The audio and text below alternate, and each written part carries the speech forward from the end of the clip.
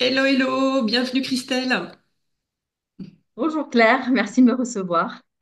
Alors Christelle Plana aujourd'hui, eh bien voilà, on a été en contact toutes les deux dans un premier temps sur LinkedIn et on en parlera un petit peu plus tard, mais tu as écrit un livre sur le burn-out, ça m'intéressait, mais c'est surtout en tout cas de savoir un petit peu ton parcours parce qu'il est assez spécifique et assez méconnu pour moi en tout cas par rapport à ton métier. Alors raconte-nous un petit peu ton parcours.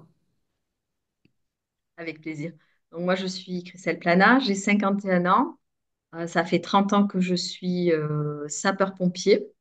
Donc c'est une profession à laquelle je ne me destinais pas puisque je me destinais à l'enseignement. J'avais fait des études et j'avais enseigné, étant passionnée de transmission, ce que je suis toujours. Mais la vie m'a portée vers un autre chemin. Donc, j'ai commencé à 25 ans, j'étais d'abord sapeur-pompier volontaire et je me suis aperçue que c'était vraiment le métier que je souhaitais exercer. J'étais passionnée, j'adorais les gens, je voulais les sauver, donc j'étais au bon endroit. Voilà, et de là, j'ai passé le concours de sapeur-pompier professionnel. Ce qui m'intéressait dans un premier temps, c'était d'intervenir directement auprès de la population. Donc, je suis rentrée sapeur, c'est-à-dire le premier grade, celui qui permet d'aller vraiment au feu, dans les ambulances, au contact, sur les lieux d'intervention, que ce soit les inondations, toute autre catastrophe, les accidents de la route. Voilà, et j'étais servie puisque c'était vraiment ce que je voulais faire. De là, j'ai pu évoluer. Au bout de quelques années, j'ai souhaité pouvoir m'investir davantage. J'ai passé des concours pour être lieutenant puis capitaine. Donc, c'est-à-dire avoir un autre rôle en opérationnel, commander des gens lors d'interventions plus importantes et en même temps avoir un rôle dans la structure au niveau administratif, avoir un certain pouvoir d'étude, une expertise et un peu plus de décision. Moi, mon objectif à l'époque, bien sûr, quand j'ai commencé à être officier, c'était parce que je souhaitais faire évoluer ce que j'avais trouvé qu'on pouvait améliorer lorsque j'étais au contact de la population, c'était faire bénéficier de mon expertise. Mhm. Et de là, j'ai occupé plusieurs postes et dont le dernier que je rejoins en 2019, qui est le poste de ma carrière. Et c'est celui où le burn-out va intervenir Et pour pourquoi tu m'expliquer des dis, choses. ouais, pourquoi tu dis le poste de ta carrière, hein, c'était vraiment le Graal, Euh, en tout cas? alors pour moi c'était le Graal puisque en étant capitaine, j'avais réussi à obtenir un poste, pas directement dans ma structure, mais j'étais mise à disposition dans une entreprise dans laquelle nous avions un centre de secours. Et j'étais responsable de deux équipes et j'avais accès au comité de direction. Donc pour moi, c'était une expérience extraordinaire puisque dans un service départemental d'incendie et de secours, et notamment celui où je suis, ça n'est pas possible en tant que capitaine d'accéder à autant d'expériences. Et pour moi, c'était vraiment ce que je voulais à ce moment-là, c'était vivre de nouvelles expériences. J'en avais vécu énormément sur divers postes depuis le début de ma carrière. Et là, c'était vraiment quelque chose d'inespéré. Donc, ça ne me permettait pas d'avoir un grade supérieur, mais c'était pas mon objectif. Mon objectif, c'était l'expérience. C'était aussi expérimenter le management, non plus le vivre, mais vraiment l'expérimenter. Surtout que j'avais fait en parallèle une licence de psychologie avec de la psychologie du travail. J'avais étudié le burn-out, j'avais fait un peu de recherche. Et vraiment, pour moi, c'était important, ce côté humain, et j'allais pouvoir l'exercer à mon compte. Et pour moi, c'était fabuleux. Voilà. Mhm. Et alors, qu'est-ce qui s'est passé sur ce dernier poste? Tu nous as pas dit où est-ce que c'était, en fait, dans quelle région tu es? Alors, en fait, moi, je suis de Pau, pardon, c'est vrai, donc c'est dans les Pyrénées-Atlantiques. Voilà. Mhm. Et après, ben, qu'est-ce qui se passe? Donc, je prends ce poste. Alors, comme toujours, hein, je suis passionnée, j'ai toujours été passionnée par mon métier. Je ne sais pas faire les choses à moitié, je les fais plutôt à 200% qu'à 100%. Et là, j'étais particulièrement engagée pour apprendre sur ces nouvelles fonctions.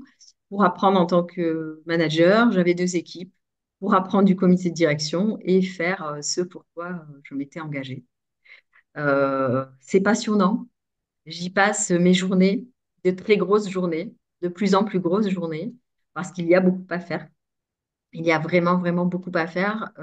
Il y a eu aussi voilà, des événements, des évolutions qui font qu'il y a eu des restrictions de postes. Donc forcément, il faut redistribuer le travail. Et il y a aussi quand même le Covid qui en rajoute. Voilà, il faut bien le dire. Au bout de 6 mois en formation, un intervenant me dit clairement que, il reconnaît chez moi des symptômes de stress.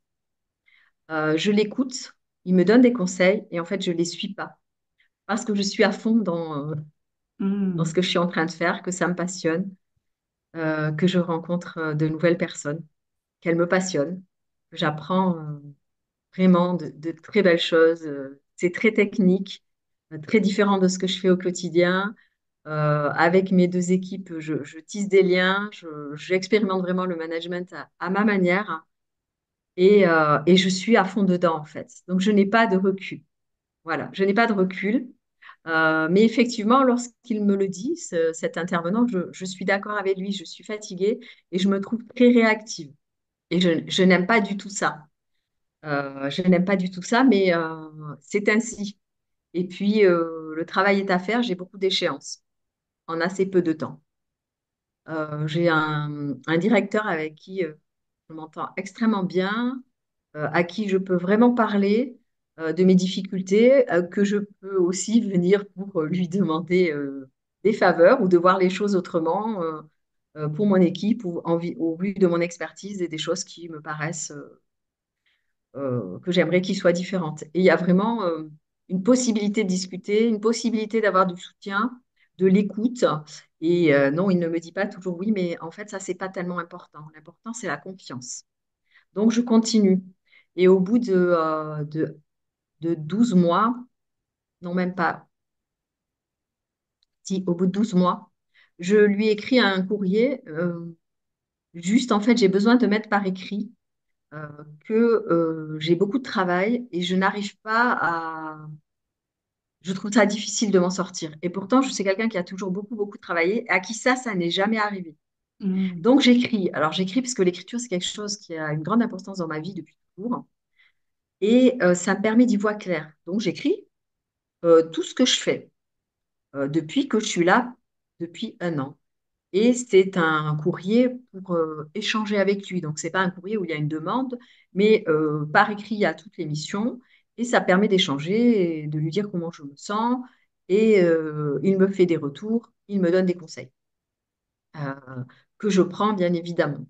Et puis, le temps passe. Et là, ça devient de plus en plus difficile pour moi. D'abord, nous changeons de directeur.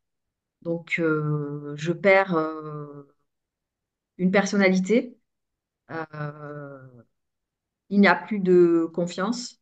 On a des objectifs. On doit répondre avec des dates. Il n'y a pas de soutien.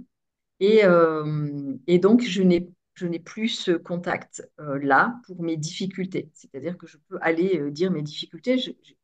C'est quelque chose que je suis capable de faire. Mais en face, il n'y a pas, je ne ressens pas l'empathie. Hmm.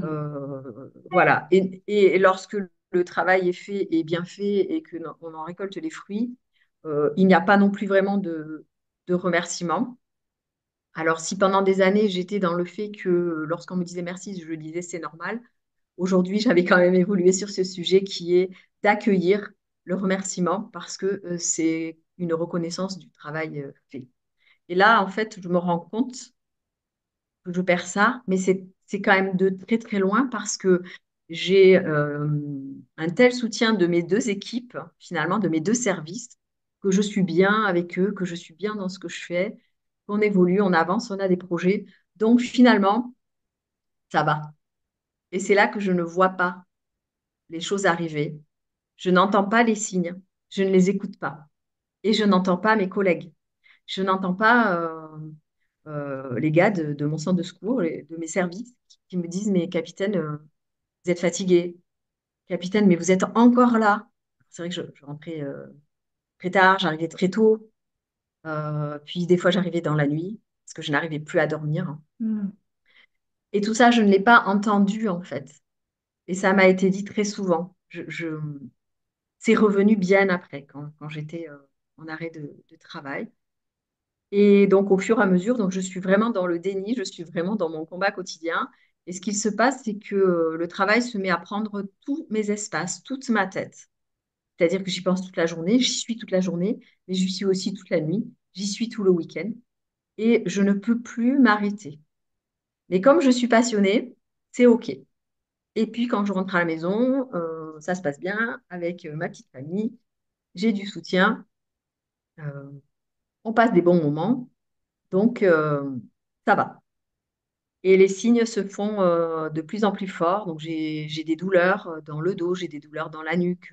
Je suis hyper réactive. J'aime de moins en moins mon comportement, j'aime de moins en moins les mots que je m'entends parfois prononcer. J'arrive pas à me remettre en question, mais pas du tout. Euh, donc, je commence à me juger très, très mal sur mes comportements, sur mes réactions. Je commence à pas me trouver sympa, je commence à m'en rajouter en fait. Mm. Et j'ai des nuits sans sommeil. Donc, je m'endors très vite parce que je suis épuisée, hein. Je fais 12 heures par jour et des fois plus. Et au final, je commence à me réveiller la nuit. Je m'endors très vite, mais je me réveille la nuit. Puis je ne me rendors pas. Mon cerveau reprend le travail. Donc, je travaille. Et puis, il y a des fois, je me lève et je pars au travail. J'habite pas très loin en plus. Donc, du coup, c'est vite fait d'y aller. Et je me retrouve, je crois que j'y suis allée une fois à 4 heures du matin.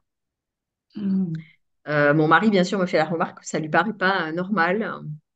Et ce à quoi je lui réponds, il faut que tu comprennes, le poste est nouveau, j'ai énormément de travail. Ce qu'il peut comprendre, puisque lui aussi a un poste très dimensionné. Mais il essaye de me dire quelque chose que je n'entends pas. Même si au fond de moi, je sais bien que c'est pas normal d'aller travailler à 4 heures du matin, que c'est pas normal de répondre à des personnes qui n'ont pas d'urgence à 23 heures et à minuit, la semaine, le soir. Mm. Et en fait, c'est ce qui se passe. Et puis, je fatigue, je fatigue, je fatigue. Et il y a une fois où on me demande d'une fois de plus l'impossible. On m'enlève du personnel, je ne peux pas rendre le service pour lequel je suis là. Je vais faire des propositions. Et là, j'entends parler, je me rappelle juste des mots équilibre de charge de travail entre les managers, refus de mes solutions. Donc, j'ai pas de solution. Du coup, c'est grave en fait. C'est grave parce qu'il y a un réel impact. Et là, à l'intérieur de moi, je sens quelque chose qui se casse, un désespoir, mais quelque chose de terrible, de profond, comme si on me coupait en deux. Je ressens ça, c'est très violent. Je ne suis pas capable de m'expliquer, mais je sens que c'est grave. Euh, J'appelle un petit peu au secours un des officiers, un lieutenant-colonel qui était assez proche de moi. J'essaye de lui expliquer, je suis confuse, je suis fatiguée. Le week-end est là, on a une cérémonie. Je dis à mon mari qu'on va aller à la cérémonie, parce que c'est important, c'est quand même la cérémonie annuelle des sapeurs-pompiers. Mais je lui dis, s'il te plaît, sors-moi de là. Je n'ai pas de force, je ne sais pas ce qui se passe. Je dors tout le week-end. Le lundi matin, je vais au travail. Je bois le café avec mes gars, on discute, comment tu vas, le week-end, etc. C'est la prise de contact du début de semaine, on fait le point de situation. Je vais dans mon bureau, j'allume mon ordinateur et c'est mon cerveau qui s'éteint. Mm. Et je m'effondre. Tu t'évanouis, enfin, tu restes Non, stoïque, tu restes. mon cerveau s'éteint. C'est-à-dire que je regarde l'écran, j'ai deux ordinateurs, je ne les vois pas. Je regarde autour de moi, je suis perdue dans la pièce. J'ai des images de la pièce, mais elles me traversent. Je lis le post-it que je faisais tous les vendredis soirs de ma to-do list du lundi matin, pour pas oublier. Et les mots me traversent. Ça n'a pas de sens. Mon cerveau ne fonctionne pas. Il ne rend pas de sens. Il ne rend pas de pensée. Je suis figée. Je ne sais pas combien de temps ça dure, puisque je suis seule dans le bureau. Et d'un coup, je sens une peur terrible qui monte. C'est la première émotion. Ça me débloque le cerveau. Et là, et là, je me mets à pleurer. Je sais que c'est grave. que je suis perdue et je ne sais pas ce qui se passe.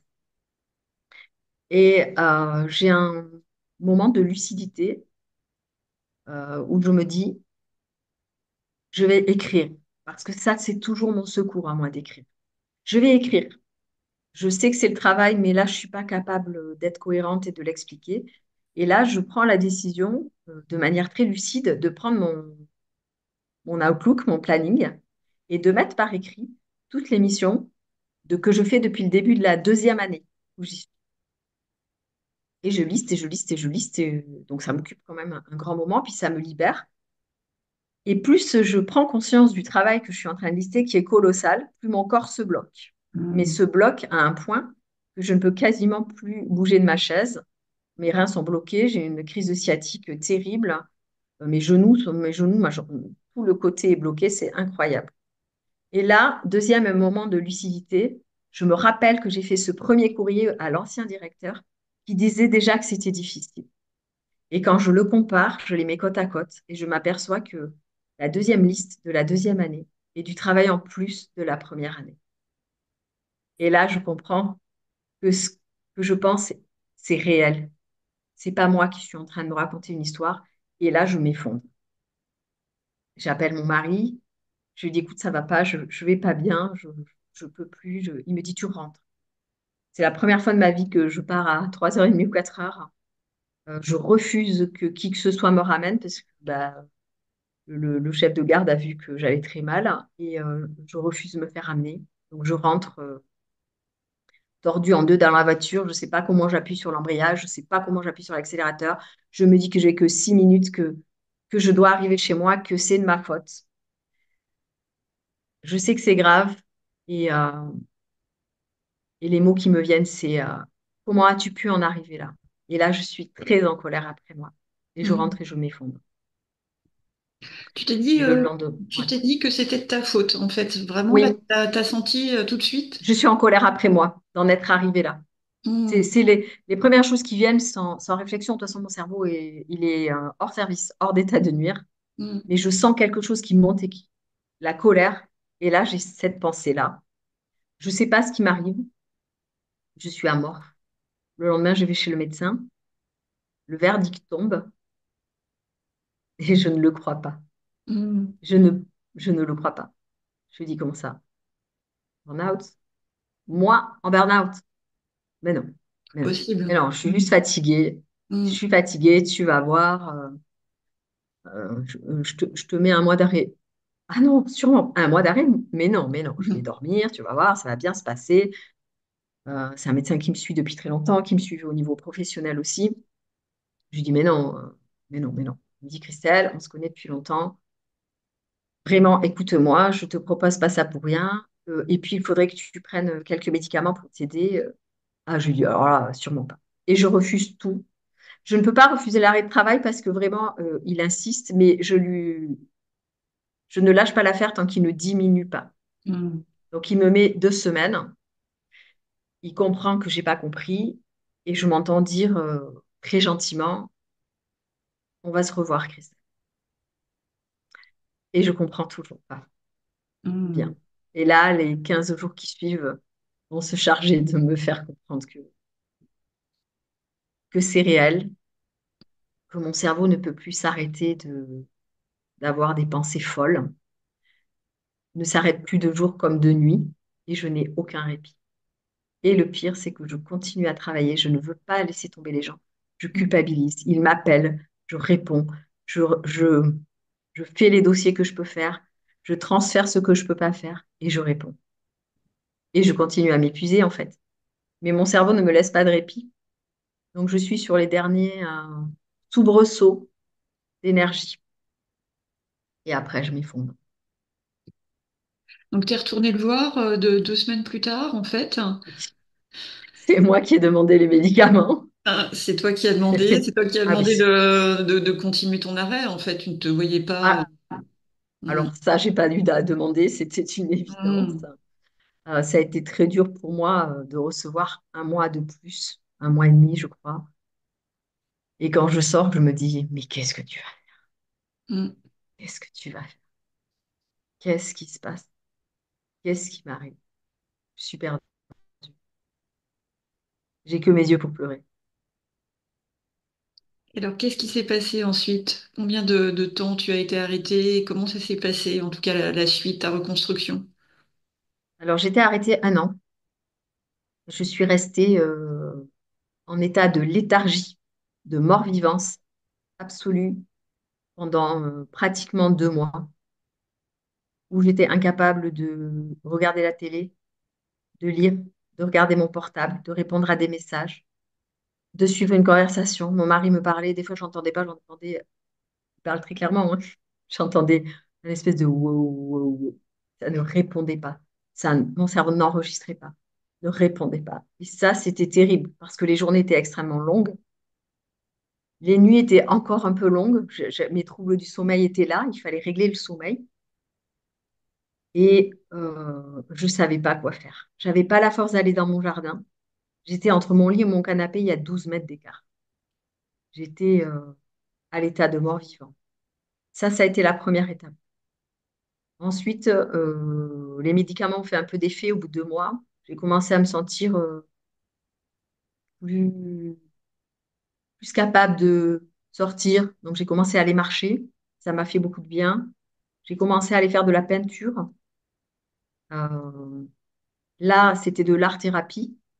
Au début, c'était de la peinture et en fait, c'était de l'art-thérapie. Je suis tombée sur une artiste qui était art-thérapeute dans l'âme, sans forcément l'afficher, qui m'a beaucoup aidée à me libérer de mes émotions, notamment de la colère, de la culpabilité, de ce brasier intérieur que j'avais, parce que tout mon corps brûlait en permanence.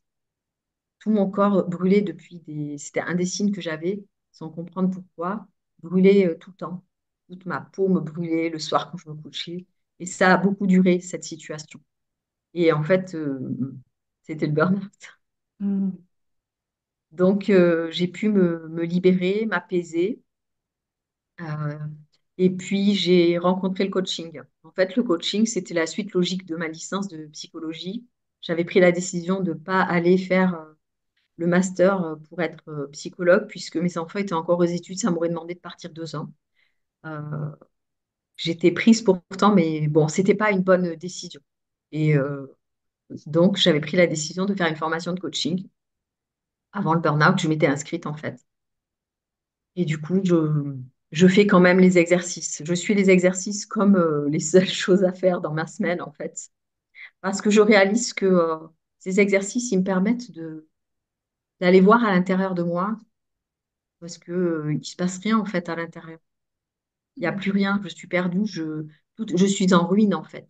Hmm. C'est la destruction massive. Le cyclone est passé, il ne reste rien. Et je reçois beaucoup de bienveillance. Et ces exercices me permettent de me poser des questions sur moi. Qui suis-je quand je ne travaille pas? Hmm. Qui suis-je quand je ne fais rien? Et si je m'aimais quand je ne fais rien? Et si j'avais le droit? Et tout ça, c'était très difficile puisque de par mon éducation, on m'avait beaucoup appris à travailler et pas du tout à prendre soin de moi. Et je reproduisais un schéma qu'on m'avait pas imposé, hein, mais que j'avais vu. Hmm. Donc ça a vraiment été difficile d'apprendre à prendre soin de moi. Je pense que ça a été ma première éducation. C'était douloureux de réaliser. Pour moi, ça a été très douloureux de réaliser que je ne comprenais pas quand on me disait de prendre soin de moi, que je ne savais pas quoi faire et que lorsque je demandais à des copines ou à des personnes qui étaient là pour m'aider, et toi, tu fais quoi pour prendre soin de toi? Et elles me répondaient des choses qu'elles faisaient. Je disais, ça me parle pas. Hmm. Moi, ça me fait pas du bien. Je ressens pas de bien-être. Donc ça, c'était vraiment difficile. Euh, mais c'était ma réalité, en fait. Il fallait l'accepter. T'as Et eu ensuite, une quête de plaisir, en tout cas, de recherche à nouveau de plaisir. j'ai une quête de plaisir, mais j'ai une quête de sens, de qui suis-je, une quête Hmm. de me trouver. J'ai compris que je ne savais pas qui j'étais, je ne savais plus, le cyclone était passé Hmm. et j'avais besoin de me trouver. Donc la première quête, elle est personnelle. Et au bout de 6 mois, ça y est, j'ai assez d'énergie. Donc là, je prends une décision un matin, je me lève et je me dis, mais super, tu as du soutien, ton mari est là, tes enfants sont là, ta famille est là. Ils sont adorables, ils sont formidables. Tes collègues t'envoient des cadeaux, des messages, certains passent te voir, c'est super. Mais en fait, tu vas pas t'en sortir avec leur soutien. Tu dois te bouger maintenant. Et là, un matin, ça y est, j'ai pris conscience. Et je me dis, mais tu te bouges en fait. Personne va venir te sauver. Tu dois Mhm. sortir de là. Ils sont là en soutien, tu as beaucoup de chance, mais c'est à toi de faire. Et c'est là, c'est le premier contact. Donc, ça y est, je suis en capacité, je vais voir un psychologue. Donc, on a la chance d'en avoir un au travail. C'est très aidant parce qu'il connaît mon travail. Je ne suis pas obligée de réexpliquer mon métier. C'est quand même particulier. C'est difficile de se mettre à la place d'un sapeur-pompier. Moi, j'ai pas envie de tout recommencer, de tout réexpliquer. C'est compliqué. Donc, je commence avec le psychologue qui est formidable, qui me suit toujours un peu et qui s'avère être un psychologue qui a aussi une âme de coach quand même. Donc, ça m'aide beaucoup. Et en parallèle, donc là, je commence vraiment à évoluer. Et j'ai besoin d'exprimer ce qui s'est passé au travail. Donc, je prends rendez-vous avec le directeur et je me dis, peu importe ce que je vais recevoir, mais je dois expliquer ce que j'ai vécu, je dois expliquer ce qui m'est arrivé, j'ai besoin de ça, donc je vais le faire. Donc, on fait un repas, un déjeuner en extérieur et je lui explique. Et voilà, je sens que lui, tout ce qu'il espère, c'est que je revienne vite. Ça, c'est sûr, parce qu'avec tout le travail qu'il y avait à faire, et ça devait être compliqué pour eux. Et en fait, moi, j'étais pas en état de revenir, en état de santé. C'était une des premières fois où je sortais vraiment faire quelque chose. Je n'arrivais même pas à sortir pour avoir du plaisir, à part ma petite marche et les cours de peinture. Mais j'étais absolument pas en capacité d'aller voir du monde. C'est-à-dire que même socialement, à titre personnel, je n'arrivais pas à voir du monde. Mhm. Mon mari me disait, mais tu te rends compte que tu vois personne, que tu ne sors pas. Ben si, je suis sortie faire les courses quand même. Mhm. Et il me dit, mais je ne te parle pas de ça. Et bien en fait, j'avais plus envie de rien. Mhm. J'avais pas l'énergie et l'envie d'aller voir du monde. Je pouvais pas. Et ensuite, je me suis fixée comme objectif, quand ça a été un peu mieux, que moi, alors ça c'est moi, je reprendrai au bout d'un an. Et j'ai pas cherché à savoir si ça irait ou pas. Dans un an, tu auras repris, Christelle. Donc, je me suis mise en route sur ça. Je pense que j'avais besoin d'un objectif. Donc, c'est très contrôlant tout ça, hein, surtout face au burn-out. J'en ai bien conscience. Mais à ce moment-là, ça me faisait du bien d'avoir cet objectif. Et le lieutenant-colonel avec qui je m'entendais bien, qui était mon chef de groupement, m'a aidé à y voir clair. Donc, on a fait les réunions de travail pour que je mette par écrit qu'est-ce que je pouvais faire, qu'est-ce qui était difficile pour moi, comment je pouvais reprendre en respect de ma santé et en respect des missions à accomplir pour l'employeur. Et là, je ne me suis pas sentie bien du tout Mhm. parce que lui était extrêmement bienveillant. Et au bout d'une heure et demie, il me dit, je vois que vous n'allez pas du tout bien, on va arrêter. Et en fait, il se passait quelque chose dans mes cellules. J'étais en train de revivre le burn-out. Mhm. Et pourtant, je n'étais pas sur le même lieu, mais j'étais sur le lieu de travail avec un de mes responsables. Il était extrêmement bienveillant. Il n'y avait absolument rien d'effrayant. Il n'y avait rien. Il n'y avait que mes cellules mon cerveau me lançait des alertes. J'étais en alarme, alerte, alerte, alerte, danger. Et là, on arrête. Il est super bienveillant, on arrête.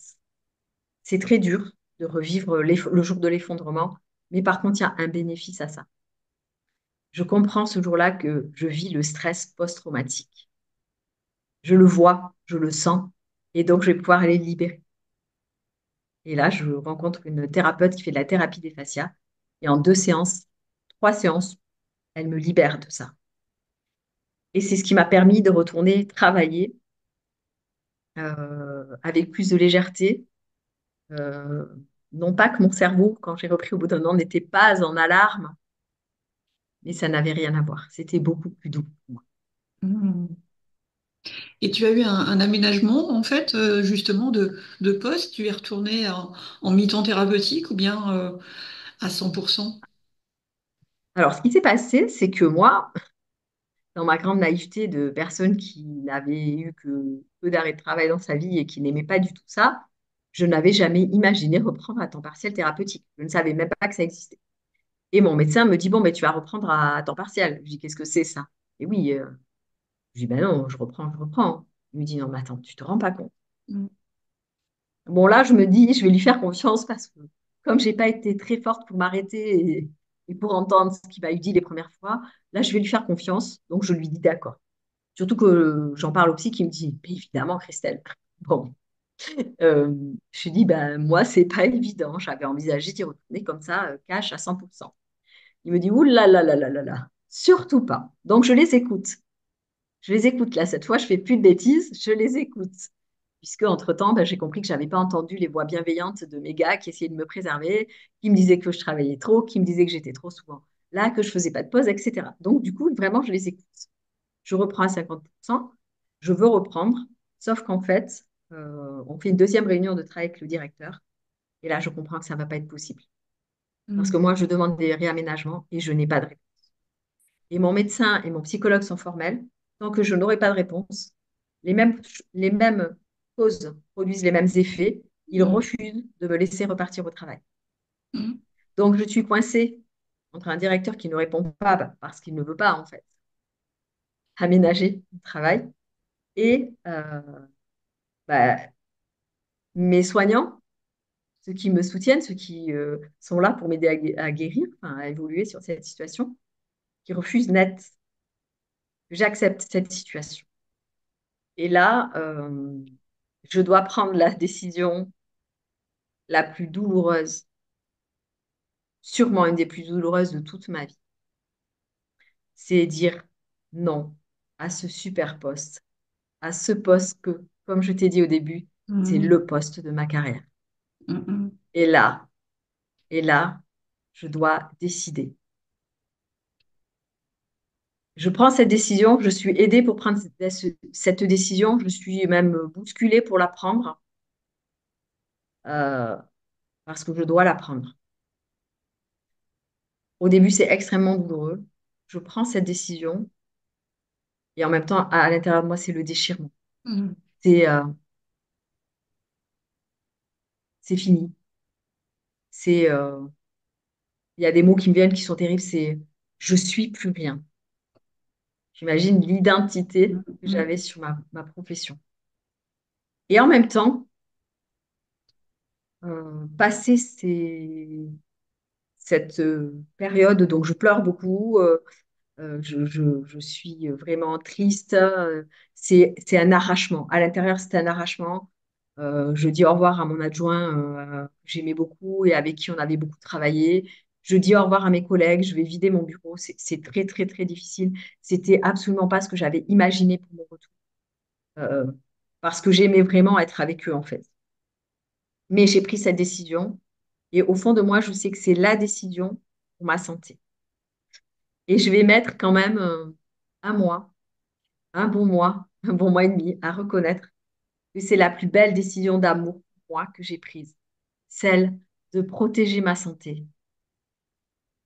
Et donc, j'ai enfin pris une décision pour moi et non pas pour les autres, hein, qui est de me respecter, de me choisir. Et je choisis donc de revenir dans ma structure. Et là, je demande à revenir sur un poste. Alors, le poste, il y a un poste de disponible d'expertise de sécurité incendie, parce que c'est quelque chose que j'aime faire, parce que c'est quelque chose que je sais faire. Et comme mon cerveau, lui, et j'ai quand même des problèmes cognitifs, Mm. euh, je cherche, ça va être un guide. Au lieu d'apprendre une nouvelle fonction, je me dis, tu vas savoir où tu en es parce que tu sais ce que tu savais. Mm.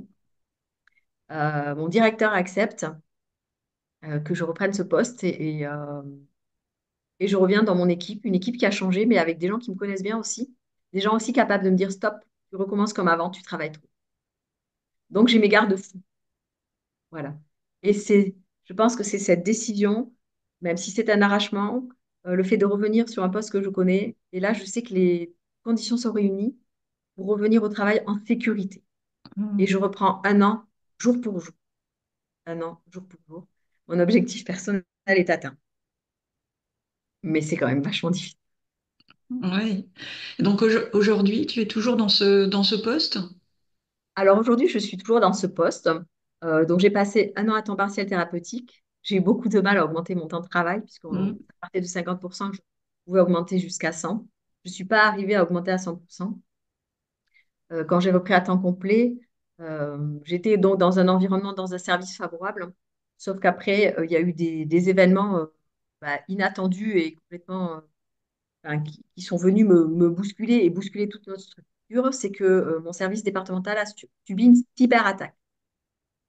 Qui dit cyberattaque dit plus d'ordinateur, plus de possibilité de travailler, sauf qu'il y a toujours du travail à rendre, puisque moi, dans mon expertise incendie, la sécurité incendie, on travaille pour les exploitants, pour les élus, les collectivités. Et chez eux, ça ne s'était pas arrêté. Donc là, le stress monte. Et moi, je ne suis pas du tout dans des conditions favorables. Je me rends compte que mon stress remonte à une vitesse grand V. On a un ordinateur pour 11 et encore bien heureux. Mais au final, moi, en fait, je ne suis pas dans des conditions normales. Pour moi, dans l'état que je suis trop fragile. Donc, mon médecin me fait part de ses inquiétudes et je sens que ça monte, que ça monte. Et au bout de 5 semaines, je vois que je vais m'effondrer à nouveau. Pas pour les mêmes raisons, mais Mhm. que mes fragilités sont là et que la situation ne me permet pas de me consolider et que c'est en train de m'envoyer par le fond. Donc là, par contre, je préviens mon chef de service, je lui dis, écoute, voilà ce qu'il est en train de se passer. Il l'a vu, hein. Il l'avait vu en fait que ça allait pas très bien. Je m'arrête de nouveau. Et là, ce qui m'ennuie, c'est que je m'arrête et j'arrive pas à reprendre. 1 mois passe, 2 mois passent, 3 mois passent. Je reprends au bout de 6 mois. Donc là, je suis obligée de passer un nouveau cap d'acceptation, un nouveau cap de ça veut dire qu'il y a des choses qui sont pas bien, que j'ai pas bien prises en compte. Donc je refais le check-up de la santé, je refais le check-up de l'alimentation. Je vais plus profondément. Je me fais aider différemment. euh, et je reprends à zéro l'alimentation, le sommeil, les activités qui me font plaisir. euh, euh, Se déculpabiliser d'être en arrêt de travail, voilà. Et en fait, je me rends compte que j'ai encore besoin d'évoluer. Et quand je reprends, là, depuis voilà, que j'ai repris, je travaille 4 jours par semaine. Euh, je me sens vraiment bien. Je suis dans un service où je suis très soutenue. J'aime ce que je fais. Donc ça, c'est très important. J'aime ce que je fais. Et ça me permet d'accepter les petites choses qui me restent et qui ne sont pas réglées, qui peut-être ne se régleront jamais, mais je peux vivre avec en fait. J'ai appris à avoir des modes de fonctionnement différents. Mhm. Bravo pour ton parcours, Christelle, et merci de nous avoir tout expliqué là aujourd'hui. C'était captivant, en tout cas. Mais tout ça, eh bien, tu l'as, je pense, mis dans ton livre, en tout cas, justement, ton Oui. écriture. Quand est-ce que tu as fait ce livre? Est-ce que tu peux nous montrer sa couverture là? Alors, je vais te montrer sa couverture. Je vais juste 30 secondes aller le chercher parce que je vois qu'il n'est pas Ouais. aussi proche que je le croyais. Je ne le vois pas, j'arrive.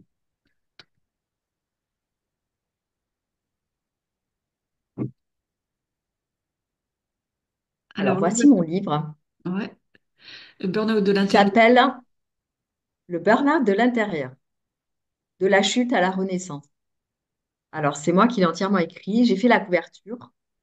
Euh, c'est pas un rendu professionnel, mais j'en suis très fière parce que c'est un dessin d'art-thérapie que j'ai fait. C'est le feu d'artifice Hmm. de ma vie. C'est le feu d'artifice de ma vie après le burn-out. Que ce soit en émotion, en choses très intenses que j'ai vécues et qui ne sont pas forcément toutes négatives, même si cette expérience est douloureuse. Et à quel moment, Voilà, donc, ce livre, ouais, à quel moment tu as écrit ce livre? je commence à l'écrire très vite parce que comme je t'ai dit précédemment, l'écriture, c'est un soutien pour moi. C'est aussi un talent que j'ai depuis assez petite, hein, comme quelque chose d'inné en fait. Et j'écris beaucoup dans ma vie et ça m'aide. Vraiment, ça m'aide. Donc, quand j'ai besoin de m'exprimer, bah, j'écris, j'écris, je m'exprime sur du papier. Et très vite, il y a quelque chose, j'ai une petite voix intérieure qui me dit, mais enfin, tu peux pas écrire que pour toi. T'imagines toute cette douleur. Tu vois bien que les gens savent pas ce que c'est que le burn-out. On en parle, les médias, ils en parlent. Même toi, avec tes études de psychologie, tu n'avais pas compris ce que c'était. C'est pas une petite fatigue de 15 jours, tu reviens, tout va bien. Et là, moi, j'avais compris, en fait, parce que bah, en le vivant, on comprend que ce que nous disent les médias, c'est très édulcoré. On en parle tellement trop qu'on n'en parle pas de la bonne manière. Hmm. Combien de fois on entend des gens qui vous disent Oh, mais il est en burn-out, tu reviens dans 3 semaines et puis après, c'est bon. Mais Mm, non, justement, c'est pas ça. mm, Et là, je prends conscience que toute cette douleur, faut pas qu'elle serve qu'à moi. Toutes ces leçons, faut pas que ça soit que pour moi. Faut empêcher les gens de tomber, en fait. Il faut que je leur dise que moi, j'étais dans le déni, que j'ai pas su, mais que eux, ils peuvent peut-être. Et donc là, je prends la décision et j'ai peur, hein. J'ai peur, je me sens pas légitime. Je me dis, mais enfin, n'importe quoi. Et au fond de moi, il y a cette voix qui fait que revenir et qui me dit, mais enfin, tu peux pas garder ça pour toi, t'as pas le droit. Et ça commence comme ça. Et j'écris de toute manière, j'écris régulièrement, donc c'est même pas, c'est pas difficile d'écrire. C'est plus cette voix-là qui me dit, mais enfin, mais qui tu es, toi, pour écrire? Il y a des tas de gens qui ont écrit sur le burn-out. Et puis, t'es pas médecin, et puis t'es pas psychologue, et puis qui tu es, toi? Jusqu'à ce que quelqu'un me dise, mais enfin, il y a beaucoup de livres d'écrits, mais pas le tien. Et là, ça me scotche. Il me dit, mais ton expérience, c'est pas celle des autres. Ton vécu, c'est pas celui des autres. Ton métier, c'est pas celui des autres. Et là, c'est le déclic. Et en 2 jours, je produis 80% du livre. ah oui. En fait, c'est le déclic. Et là, c'est un flow. Voilà, tout se couche sur le papier, se complète avec ce que j'avais déjà écrit. Euh, Tout est naturel. Tout est là. Donc, ce livre, et j'y mets l'intention. Qu'on sache ce que c'est que le burn-out. Et si ce livre peut empêcher les gens de tomber, c'est le plus beau cadeau. Donc, je me fais un cadeau en écrivant ce livre. C'est thérapeutique, hein, je défais mes nœuds. Et en même temps, je fais un cadeau à ceux qui en ont besoin. Et aujourd'hui, tout ce que je souhaite, c'est qu'ils trouvent le chemin de ceux qui en ont besoin. Et ça me rend heureuse, tu vois. Ça, c'est Mm. vraiment quelque chose, pour moi, c'est un cadeau. Parce que mon rêve, c'était, depuis petite, c'était d'écrire un livre. Et c'est une des choses les plus douloureuses de ma vie qui m'a amenée à réaliser ce rêve. Et ça, pour moi, c'est quand même extraordinaire, tu Incroyable. Bah, en tout vois. cas, Ouais, vous allez le retrouver sous cette vidéo. Là, on va mettre justement le lien pour pouvoir l'acheter sur Amazon pour pas les citer. Un grand merci, Christelle. Est-ce que tu as quelque chose à rajouter à celles qui nous écoutent là et qui sont dans la tourmente? au-dessus des nuages, il y a toujours le soleil. Mais il n'y a que vous qui pouvez décider de l'atteindre et mettre en œuvre les moyens pour l'atteindre. Et vous êtes plus forte que vous ne le croyez. Alors faites-vous confiance. Vous verrez le soleil. Ça Mhm. ne dure pas. Exactement. Un grand merci, Christelle. Bye bye. Merci beaucoup. Merci beaucoup, Claire. À bientôt. À bientôt.